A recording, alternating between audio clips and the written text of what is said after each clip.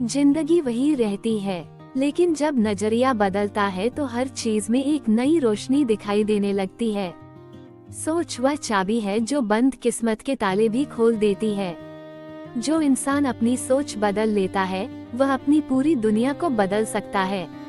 आज की यह प्रेरणादायक कहानी इसी गहरे विचार पर आधारित है, इसलिए मेरा आपसे अनुरोध है, कृपया इस कहानी को अंत तक अवश्य सुनिएगा, क्योंकि इस कहानी का हर पल आपकी सोच को एक नई दिशा दे सकता है। तो चलिए बिना किसी विलंब के कहानी शुरू करते हैं। किसी शहर के रेलवे स्टेशन पर एक भिखारी रहता था। वो वहां आने जाने वाली रेलगाड़ियों में बैठे यात्रियों से भीख मांगकर ही अपना पेट भरता था। एक दिन जब वह भीख मांग रहा था तो सूट बूट पहने एक लंबा सा व्यक्ति उसे आता हुआ दिखाई दिया। उसने सोचा कि यह व्यक्ति बहुत अमीर लग रहा है, इससे भीख मांगने पर यह जरूर मुझे अच्छे पैसे देगा। यही सोचकर वह उस लंबे व्यक्ति से भीख मांगने लगा। भिखारी को देखकर उस लंबे व्यक्ति ने कहा, तुम हमेशा मांगते ही रहते हो, क्या कभी किसी को कुछ देते भी हो? भिखारी बोला, साहब मैं तो भिखारी हूँ, हमेशा लोगों से मांगता ही रहता हूँ, मेरी इतनी औकात कहाँ कि किसी को कुछ दे सकूं। लंबा व्यक्ति बोला, जब किसी को कुछ दे नहीं सकते तो तुम्हें मांगने का भी कोई हक नहीं है। मैं एक व्यापारी हूँ और लेन देन में ही विश्वास करता हूँ। अगर तुम्हारे पास मुझे कुछ देने को हो तभी मैं तुम्हें बदले में कुछ दे सकता हूँ।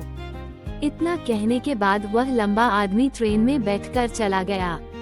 इधर भिखारी उसकी कही गई बात के बारे में सोचने लगा। उस लंबे व्यक्ति के द्वारा कही गई बात उस भिखारी के दिल में उतर गई। वह सोचने लगा कि शायद मुझे भीख में अधिक पैसा इसलिए नहीं मिलता क्योंकि मैं उसके बदले में किसी को कुछ दे नहीं पाता हूँ, लेकिन मैं तो भिखारी हूँ, किसी को कुछ देने लायक भी नहीं हूँ। लेकिन कब तक मैं लोगों को बिना कुछ दिए केवल मांगता ही रहूँगा? बहुत सोचने के बाद उस भिखारी ने निर्णय किया कि जो भी व्यक्ति उसे भीख देगा उसके बदले में वह भी उस व्यक्ति को कुछ जरूर देगा। लेकिन अब उसके दिमाग में ये प्रश्न चल रहा था कि वो खुद भिखारी है तो भीख के बदले में वह दूसरों को क्या दे सकता है। इस बात को सोचते हुए 2 दिन हो गए, लेकिन अब तक उसे अपने प्रश्न का कोई उत्तर नहीं मिला था। तीसरे दिन जब वह स्टेशन के पास बैठा हुआ था तभी उसकी नजर कुछ फूलों पर पड़ी जो स्टेशन के आसपास के पौधों पर खिल रहे थे। उसने सोचा कि क्यों ना मैं लोगों को भीख के बदले कुछ फूल दे दिया करूं। उसको अपना यह विचार अच्छा लगा और उसने वहां से कुछ फूल तोड़ लिए। अब वह ट्रेन में भीख मांगने पहुंचा। अब जब भी कोई उसे भीख देता तो उसके बदले में वह भीख देने वाले को कुछ फूल दे देता था। लोग खुश होकर उन फूलों को अपने पास रख लेते थे। अब भिखारी रोज फूल तोड़ता और भीख के बदले में उन फूलों को लोगों में बांट देता था।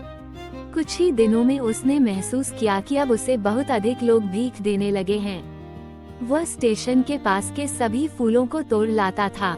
जब तक उसके पास फूल रहते थे तब तक उसे बहुत से लोग भीख देते थे, लेकिन जब फूल बांटते बांटते खत्म हो जाते तो उसे भीख भी नहीं मिलती थी। अब रोज ऐसा ही चलता रहा। एक दिन जब वह भीख मांग रहा था तो उसने देखा कि वही लंबा व्यक्ति ट्रेन में बैठा है, जिसकी वजह से उसे भीख के बदले फूल देने की प्रेरणा मिली थी। वह तुरंत उस व्यक्ति के पास पहुंच गया और भीख मांगते हुए बोला, आज मेरे पास आपको देने के लिए कुछ फूल हैं। आप मुझे भीख दीजिए तो बदले में मैं आपको कुछ फूल दूंगा। उस लंबे व्यक्ति ने भीख के रूप में कुछ पैसे उस भिखारी को दे दिए और भिखारी ने कुछ फूल उस लंबे व्यक्ति को दे दिए। उस लंबे व्यक्ति को ये बात बहुत पसंद आई। वह बोला, वाह क्या बात है, आज तुम भी मेरी तरह एक व्यापारी बन गए हो।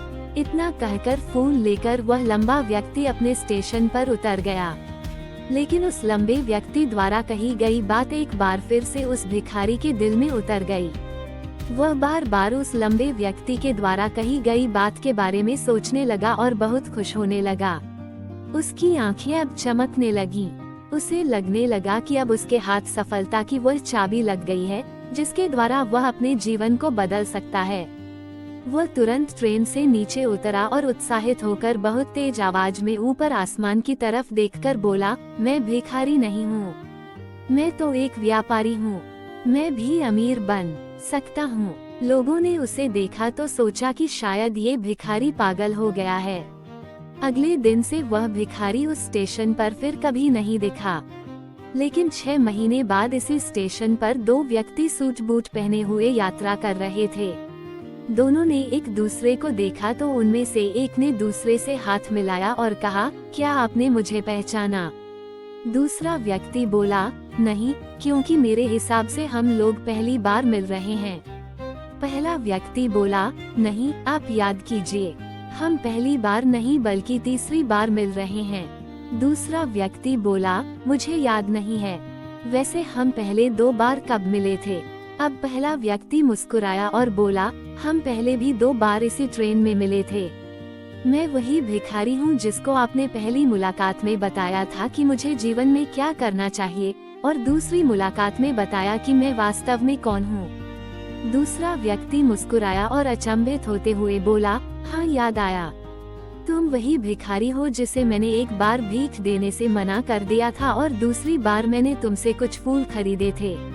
लेकिन आज तुम ये सूट बूट में कहाँ जा रहे हो और आजकल क्या कर रहे हो?